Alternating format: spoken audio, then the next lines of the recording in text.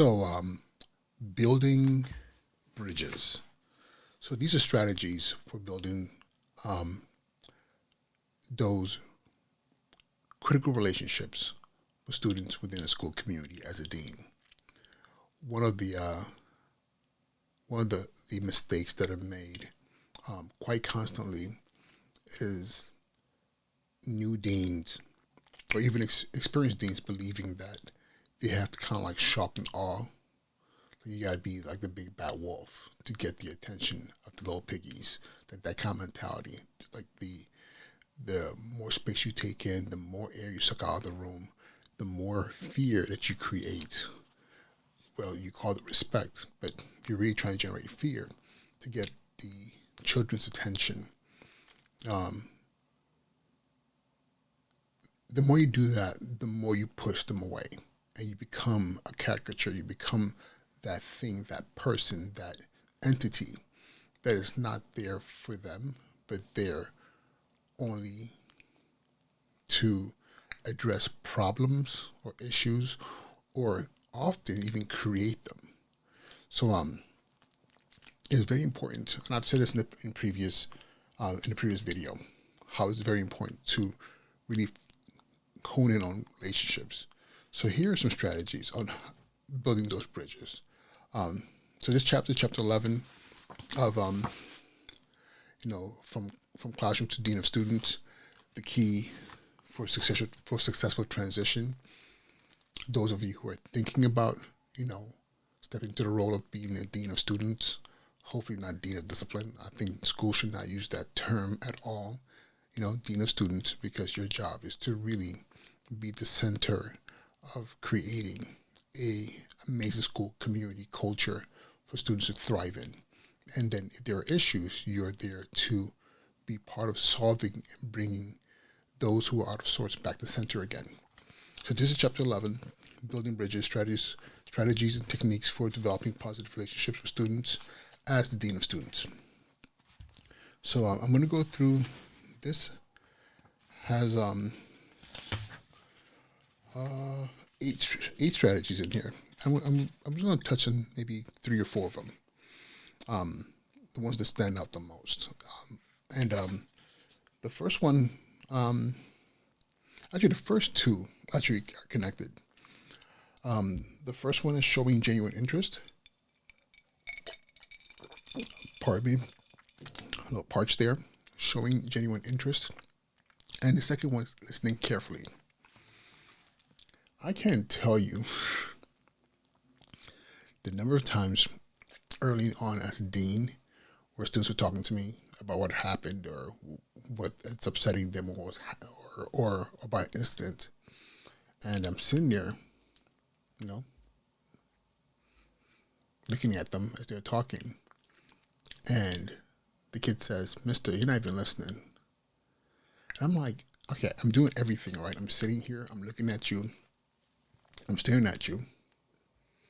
And they're like, "You're not listening." And I'm like, how do you know I'm not listening? It isn't that I wasn't listening. There were so many other things happening, and I was hoping that they could like speed it up, because in my mind I already made a decision on what the outcome was going to be, which is not fair, because if, let's say there was a fight, yes, we don't want fights in schools. I abhor fights. They're dangerous. I've seen too many kids get injured. I've seen adults get injured. I've been injured breaking up fights. But now you have two parties in your space. You need to afford them the space to really tell you what caused this.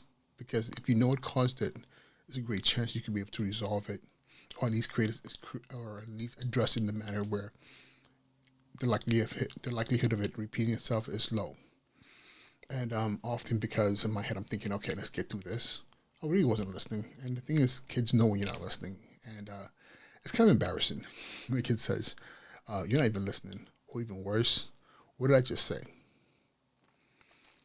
Yes, I know. I keep saying kids. These young adults, these young human beings, are not babies.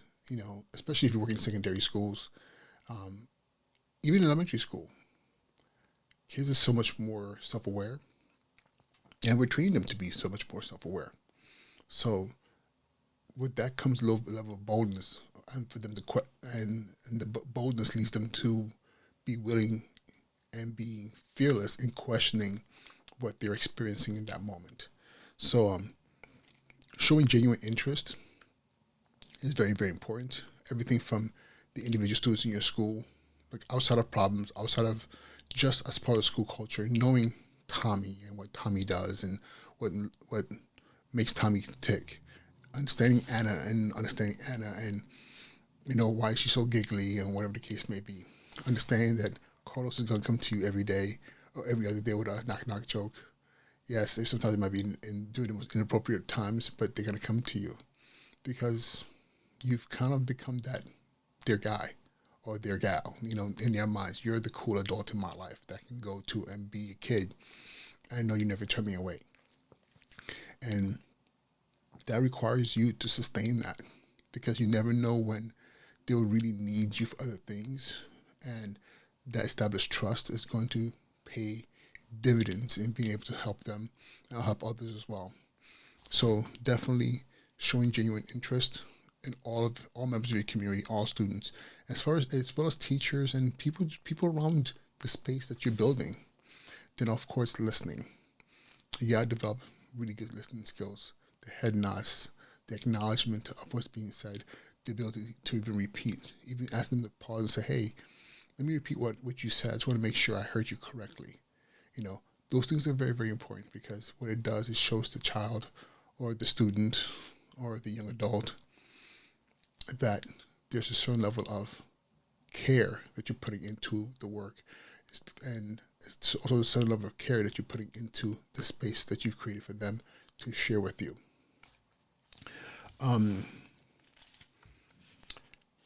It's funny. I feel like I'm gonna have a hard time picking which ones to share, which ones not to share. But I'm gonna go to number 3: be visible and be approachable. All this is connected to showing genuine interest. Being visible is very, very important. You cannot be a dean and be in your office all the time, or only popping up when there's you can't be Batman. You're like the Dark Knight. You only pop up when Gotham is in trouble. Have you noticed you never seen Batman at the picnic or at the county fair? It's always at nighttime and dark when things bad are happening. Don't be Batman. Be more like Superman. But Superman, I think I've seen Superman appear at I'm just kidding. Don't be Superman either. Just be human. Be present. If your school culture, if you believe that you're building school culture and building a space that's safe and engaging and where students want to be, if you're building it, then you need to be there. You need to be the mayor of the city. Always approachable, always available. Morning arrivals, as a dean, you should be outside, shaking hands, welcoming, cracking jokes, saying hello to parents. Be visible. During the day, there should be a schedule. You can't be everywhere, but you should be in the hallways during transition. Not just screaming at kids to go to class, but, saying good morning, good afternoon, how was class? Well, have a good day, high fives, fist bumps. Be that positive energy. But to be that positive energy, you have to be visible. You have to be present. And also approachable. Like I said earlier, don't be the force of nature. That the only time that they see you is because something wrong is happening, and then your energy is always turned up. And then guess what happens? Kids will be afraid of you. I went through that. For every school I was at as the new dean, and even in some cases where I had already been here for a year or two, or even into my third year, and kids were like, "Yeah, you're kind of scary." I'm like, "But you've known me for 2 years. I've taken you on field trips. You were in my class. But yeah, but you're the dean. You're kind of scary." And I realized because the persona of the dean is very militant, it kind of creates those vibes that you gotta be cautious when you're around the dean, and that's not what you want to have. Let me see. Offering positive feedback. there's a tendency, kind of like continuing on with this notion of the notion of you know being approachable. Um, One of my superpowers that I had to hone and develop is always finding the good in every situation. Like I've had situations where, like, man, it was bad. It was bad that I was like, I can't even see the rainbow in this one. I cannot see the silver lining. But I had to find one. I had to always lean on that positivity, and not only for myself, but shared to the child, to those people who are involved in the situation, the general community. Because as soon as I start to evoke the emotions of like anger and rage and disappointment and all those things, guess what happens? It's like a communicable disease. All of a sudden, it spreads. Then the energy around the school becomes the energy you create. Have you ever worked in a school where, like, the administration or the adults were just bitter? What did that feel like? What was the experience like for kids? Or have you been that kid in that school? Have you been in a school where everybody just seems so happy and high fives? Like, I can tell you this right now. When I was in high school, I thought my teachers were like partying in the teachers' lounge every day because they would. I mean, first of all, half my teachers went to HBCUs, and and a lot of them were also frats. Doing fraternity sororities. So I would hear like some teachers barking down the hallway. I'd be like, "What's going on?" And then I heard some teachers, doing their calls, and I know what it is. When I went to college, I was like, "Oh, that's what I was seeing." But in high school, I was like, "These people are crazy." It was always this like it seemed like they were family, and I really appreciated that. You know, I really appreciated that positive energy, and and also loved the way that my teachers always poured into me. My principal, everybody was always that positive energy. It's infectious. It makes you want to do better and do good, and you want to make sure that that's part of your your repertoire with your students, with teachers, with everybody around, with parents, because I'm telling you, you do that, they'll keep coming back to you and they'll trust you, and I'm telling you, they'll grow to love you. They will love, not even grow to love, they will love you. Um, um, Let me see here. I'll just pick one more. Encourage student involvement. So this is the interesting one because you would think that this is not part of the job description. But if you've been in school culture, ask yourself this: what kind of environment are you trying to build? What kind of space should this look like and feel like? One of the things that was very important to me is that I replicated my experience when I was in high school and even middle school. I went to La Tijera Middle School in Inglewood, California. I also went to Inglewood High School, and I remember feeling like school was a place to be. It was safe. It didn't. I don't remember ever having a day where I was like I didn't want to go to school. Even on the worst of days, there was always something about being in that space that just felt welcoming. It felt positive, and not only that, I had a stake in the community. And how was that stake established? My involvement, student government, clubs, sports, and as a dean, one of the things that I really, really, really pushed for, or pushed for, even as a principal, or having been a principal, is that for there to be student activities, things that keep kids in the community. Because I really believe when kids have a stake in the community, they're involved in the community, they're they will be allies in keeping the community safe and keeping the community's homeostasis in balance.